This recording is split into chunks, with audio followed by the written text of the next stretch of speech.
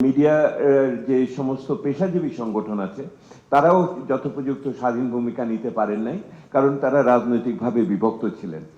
Media যদি রাজনৈতিকভাবে বিভক্ত থাকে, অবশ্যই তাদের কণ্ঠস্বরের গ্রহণযোগ্যতা অনেক কমে যায় এবং তারা সামগ্রিকভাবে তাদের পেশাকে সুরক্ষা দিতে পারে না। এইগুলি আপনাদের মনে রাখার ব্যাপার আছে।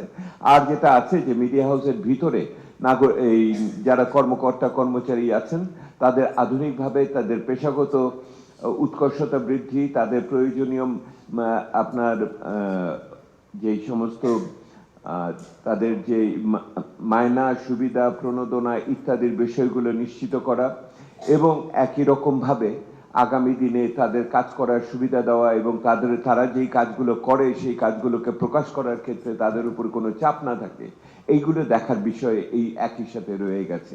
তবে দেশের ভিতরে গণতন্ত্র থাকবে না আর দলীয় রাজনীতির অংশ আমি হব তাহলে, এবং মালিকরাও সেই লুটপাট গণতন্ত্রের অংশ থাকবে, তার ভিতরে মিডিয়ার স্বাধীনতা আমরা প্রত্যাশা করব, এটা সোনার পাথর বাটি। সেহেতু আমাদের সামগ্রিকতার বিষয়টি চিন্তা করতে হবে, পেশাদারিত্ব বাড়াতে হবে আমাদের মিডিয়ার ভাই বোনদের। মিডিয়া ভাই বোনরা বাংলাদেশের গণতন্ত্রের অভিযাত্রার অন্যতম সামনের সারির সৈনিক বলে আমি মনে করি।